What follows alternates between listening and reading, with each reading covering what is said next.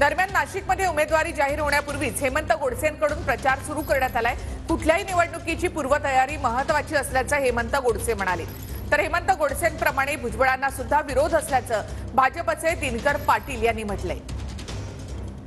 अधिकृत उमेदवाऱ्या जागा कोणाला सुटते यापेक्षा ती तयारी कशी आहे, कारण निवडणुका आल्यानंतर धावपळ होणार नाही आणि पूर्व नियोजन असलं तर आपण शेवटच्या मतदारापर्यंत कशा प्रकारे जाऊ असं नियोजन या ठिकाणी करण्याचं आता काम या ठिकाणी सुरू आहे। प्रचाराची सुरुवात नसते, ही प्रचाराचं पूर्व नियोजन असतं आणि संघटनेला हे करावंच लागतं, कारण अधिकृत घोषणा ह्या होत राहतील, ह्या निर्णय पक्ष श्रेष्ठी घेतात आणि म्हणून ते नियोजन करण्याचं काम आम्ही सुरू केलं।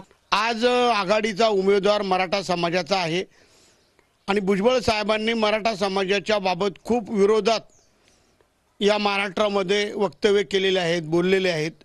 त्याचा फटका हा आपल्याला या नाशिक लोकसभा मतदारसंघात बसेल। मी गेल्या 2 वर्षापासून मला पक्षाने सांगितल्यामुळे मी या नाशिक लोकसभा मतदारसंघात तयारी करतोय। त्यामुळे ही जागा आपल्याला जर राखायची असेल तर मराठा समाजाचाच उमेदवार दिला पाहिजे आणि या ठिकाणी आघाडीच्या उमेदवाराला त्या ठिकाणी आपण पराभूत करू शकतो।